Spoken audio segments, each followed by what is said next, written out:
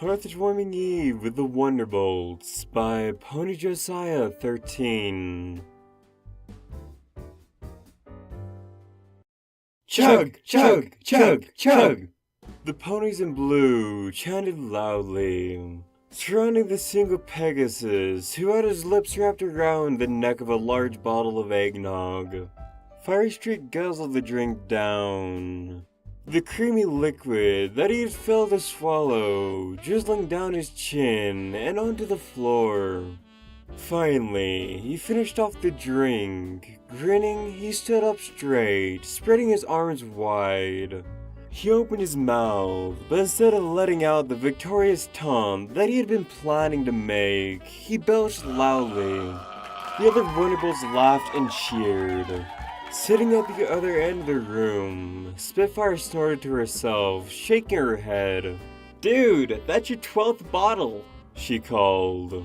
"You sure you don't want to call it quits? You know what that stuff does to you." "No way, boss," Firestreak retorted, swaying slightly as he tossed the bottle aside. "I feel fiddle is fine. I mean, no worries. I can last as long as I need to." Firestreak's retort was interrupted when he belched again, lurching forward a little. Knowing what was going to happen, the other Wonderbolts cleared a path, allowing the Pegasus a direct pathway to the bathroom, which he flew into at top speed, slamming the door shut behind him. A moment later, the sound of retching could be heard from the other side of the door. Standing next to Spitfire, Fleetfoot clicked his tongue disapprovingly. Not even close to his record from last year. Bet the gingerbread cookies threw him off. Spitfire commented, sipping out her molded cider. Hearthwarming music played from the speakers, which sat in the corner underneath a set of wreaths with blinking lights. The decorations were relatively sparse, but Spitfire had always believed that it wasn't the decorations that made the party. It was the ponies, no matter how ridiculous they were. "You got plans for tomorrow morning?" Spitfire asked Fleetfoot. "Yeah," Fleetfoot said. "Spending some time with the family." She nodded to the other Wonderbolts, most of whom had paired up with their flight partners and were sky dancing to the music. Spitfire grinned. "Thanks, Fleet." "For what?" Fleetfoot asked. "You know, for everything." Fleetfoot smiled at her captain. Spits, you know?" "Hey, Spitfire!" Spitfire turned to the voice. Soren was standing at the door, his hood and goggles removed, and a scarf around his neck.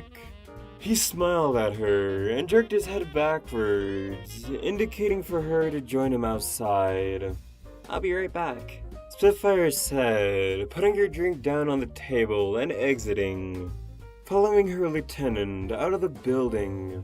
Fleetfoot watched Spitfire exit, her mouth slowly drawing itself to a thin line. So the moment had come, as she knew it would. It was time to put her plan into action. Spitfire exited the Wonderbolts barracks and trotted out into the snow-laden ground, tightening a scarf around her neck. Soren was waiting for her some distance from the barracks. A small smile splashed across his features. Spitfire's eyes zeroed in on the distinctive purple stains and crumbles on his lips. "You know, the whole point of you bringing that pie was for you to share with the rest of us, Soren. I can't help it if I'm faster than all of you." Soren smirked in reply. "You're only faster than us when food is involved." Spitfire sneered, drawing him closer. The heat of his body dispelled some of the chill of winter. Soren rubbed the back of his mane with a hoof, chuckling softly. "Well, you know, it's my mom's old recipe. You know I could never resist it." "You remember when we were kids? We'd always stand outside and watch through the window while she made it." Spitfire smiled. She did remember. The memory was clear, as if it was only yesterday the two of them had been Colt and Philly, hypnotically called from flight practice in the backyard by the enticing scent of fresh blueberry pie cutting through the fall air. I do. I also remember you always trying to steal my slice when my back was turned. She added. Hey, I always work hard. I deserve that extra slice. Soren protested. Spitfire laughed. Says the pony always tries to skip leg day. Soren laughed as well, but a little bit more nervously.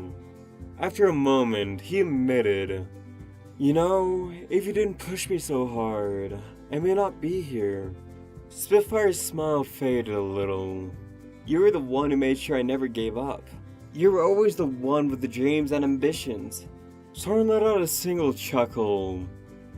Yep, silly old Soren, always with his head up in the clouds, dreaming of bigger and bigger things. The conversation faded into silence. The two Wonderbolts avoided each other's gaze, instead choosing to stare at the snowy fields and twinkling stars above them.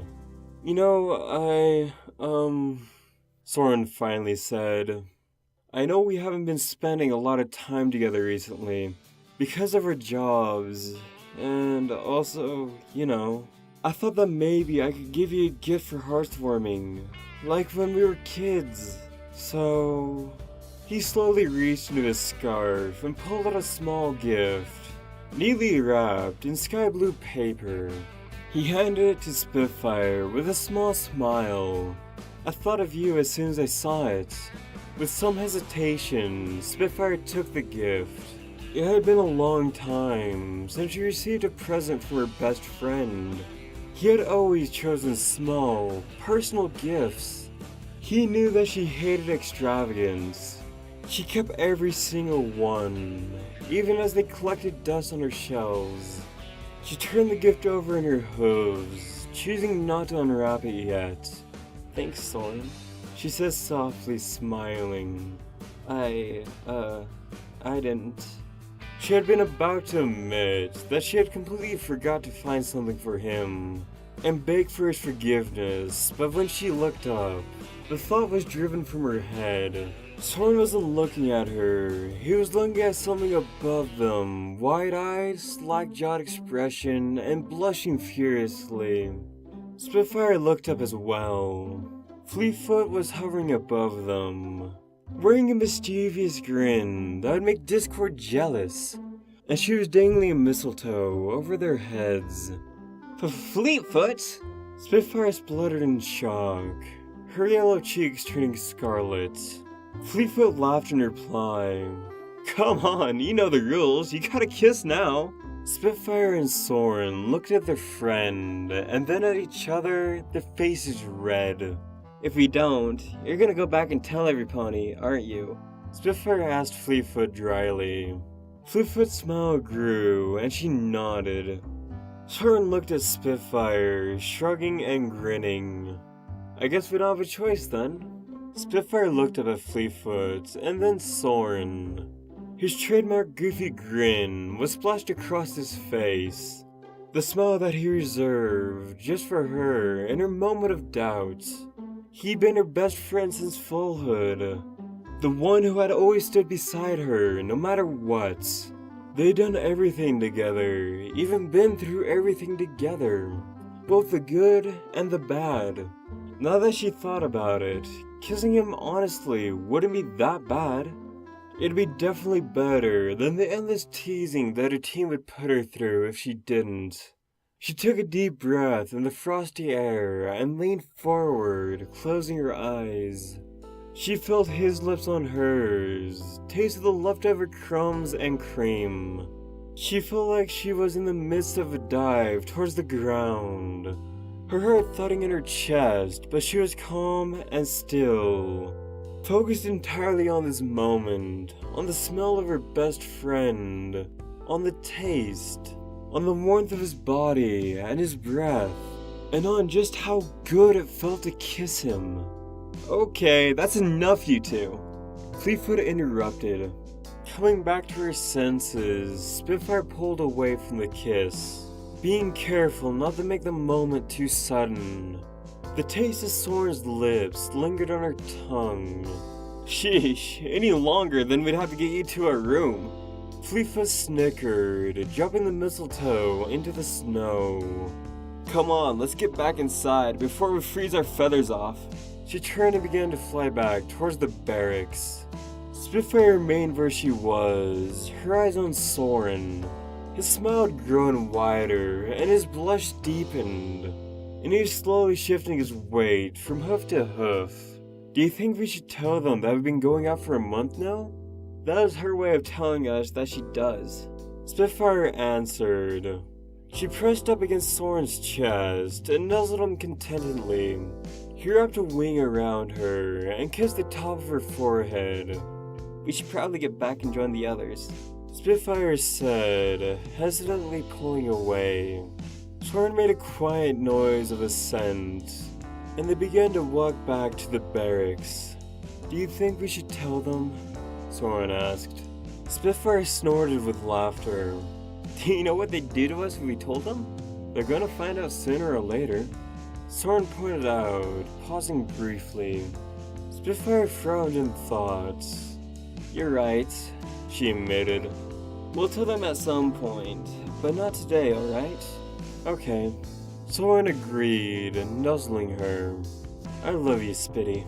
I love you too, you big dork, Spitfire replied. As they turned to return to the barracks, Spitfire spotted the mistletoe planted on the ground. She picked it up and looked at Soren, a grin spreading across her face. He winked in reply, knowing what she was thinking. I'll try to get Fleetfoot over to Firestreak. Laughing, the two Wonderbolts bounded back to the barracks to spend the rest of the housewarming with a weird, dysfunctional, perfect little family that loved them.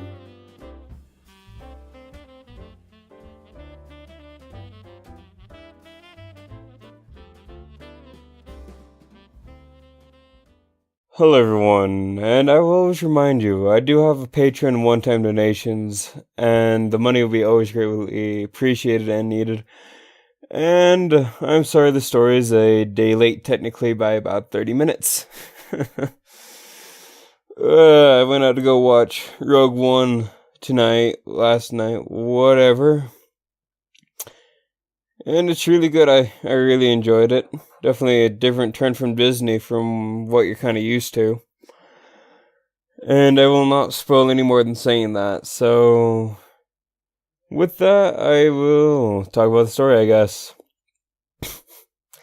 I do not have any experience at all doing happy stories. I'm more of the guy that does adventure and dark stuff. I mean, you see my work in Project Horizon's Duty, my channel. I do just kind of adventure, sci-fi, dark, whatnot. So me doing kind of a slice of life kind of upbeat thing was really hard. I mean, I'm one of those guys that always end most things whenever I narrate with a kind of a downbeat. And I try to end it with an upbeat most of the time, but just the way I do narrations is really hard. Trying to do that. So I tried my best, but I don't know how it turned out in the final product. I think it turned out alright, but I think I could have improved on it, definitely. And so, with that, I will love you and leave you, as the great scribbler always says. Okay, whatever, I'm done ripping off other people. Good night, it's been fun.